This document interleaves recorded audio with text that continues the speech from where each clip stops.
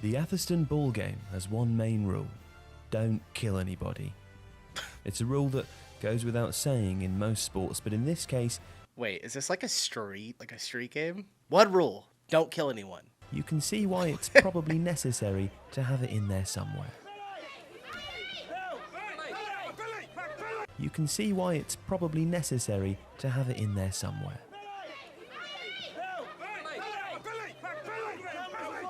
The game kicked off in 1199.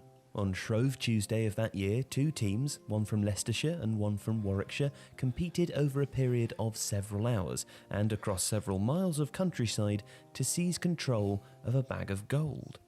Even at a time when violence was part and parcel of everyday life in England, the so-called Match of Gold was notable for its brutality. There were no referees, and with local pride at stake as well as the gold itself, gouging, bludgeoning and bone-breaking were the order of the day. There might even have been a bit of football in there too. The game's origins can be traced even further back than the 12th century though. Medieval football, or mob football as it is sometimes known, has antecedents in similar games played in the ancient world. And going forwards in time, the evolution of medieval football can be tracked through various diverging branches, including... Alright, so it involves a ball, and people are getting shanked in it? It's not that bad now, right? Like, nowadays when you guys play it, I could be wrong though. I'm not putting anything past the Brits. The evolution of medieval football can be tracked through various diverging branches, including Gaelic football, rugby, and of course, association football. Okay. Warwickshire won the 1199 Match of Gold, and for the following 820 years, an annual game has taken place every Shrove Tuesday in the county's market town of Atherstone to mark the event. While many other similar Shrovetide games have come and gone across England over the centuries, the Atherstone Ball Game is still going strong. Nice! Wars, social upheaval, and the foot and mouth crisis of 2001 have all failed to cause a break in... What did he just say? Centuries, the Atherstone Ball Game is still going strong. Wars, social upheaval, and the foot and mouth crisis of 2001 have all failed to cause a... The foot and mouth crisis of 2001. Am I having like a dumb American moment? I don't know what that is. 120 year streak. The Highways Act of 1895 was introduced in part to put a stop to ball games being played in public streets. The locals in Atherstone didn't seem to pay it any heed, however. It's become such a part of local identity that one former mayor has said, "The ball game is Atherstone. Without it, there is not a town." Now for many locals, the game is the highlight of the year, something they look forward to, train for, and take immense pride in. It's a connection with the past, and despite its adversarial nature, it brings the whole town together, even if that does mean many of them battering the living daylights out of each other. Holy sh! Now there have, over the years, been a few changes. Oh my god, dude, the guy's covered in blood. Oh, okay, it is pretty serious. There's been a few changes to how the game is played, including the addition of the no-killing rule. Instead of a bag of gold, a large leather... Hold on. Now there have, over the years, been a few changes to how the game is played, including the addition of the no-killing rule.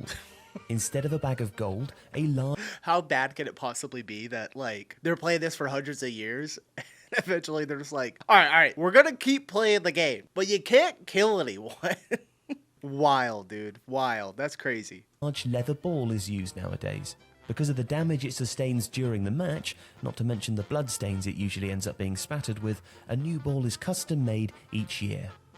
Perhaps the biggest change to the game since its early medieval incarnation is that play is restricted to Atherstone's Long Street in an attempt to prevent the ball being thrown or kicked into the nearby Coventry Canal. Okay. The modern game begins at 3 PM, with the ball being thrown from an upper window of Barclays Bank on Long Street. In recent times, the person who throws out the ball has been a specially invited guest of honour. In 2019, it was former Aston Villa manager Brian Little. The game lasts for 2 hours. In its early stages, it's relatively sedate, with the ball being lofted up and down the street by players, including children. There are also side games like prizes for getting hold of one of the ribbons attached to the ball at the beginning of play. But as the game heats up, it turns into a no-holds-barred mass brawl. After about an hour, factions start to form with different groups duking it out for possession of the ball. Players, who number in their hundreds, throw punches, kicks and elbows and use the boarded-up shop windows as launch pads for flying tackles. You're kidding me. Holy cow. Kicks and elbows. Dude, those guys are throwing blows. Ball. Players, who number in their What? hundreds, throw punches, kicks, and elbows and use the boarded-up shop windows as launch pads for flying tackles and surprise attacks. Oh my The local gosh. police look on in bemusement as the norms of the 21st century are momentarily put on hiatus in the name of something more primal, brutal, and chaotic. In its final minutes, the game reaches fever pitch as the team in possession desperately battles to cling on, while their riled-up opponents do their best to prize the ball out of the scrum. And then, when the whistle blows at 5 o'clock, it's all over, and whoever is in possession of the ball wins. The crowds That's awesome. disperse, the shops are reopened, and the He's blood got is blood. washed. He's got blood on the on the animation at the bottom. There's a bunch of Ball blood. That's wins. hilarious. The crowds disperse, the shops are reopened, and the blood is washed from the pavement. Oh gosh. The winner in 2019 was, for the fourth time, local Jonathan Slesser. The Why does fourth he compete? time? He told a reporter after the game, "It's the ball game, innit? It's what we're here for." No freaking way. Fantastic. Oh, Joe, good job, dude. Okay, was not expecting that.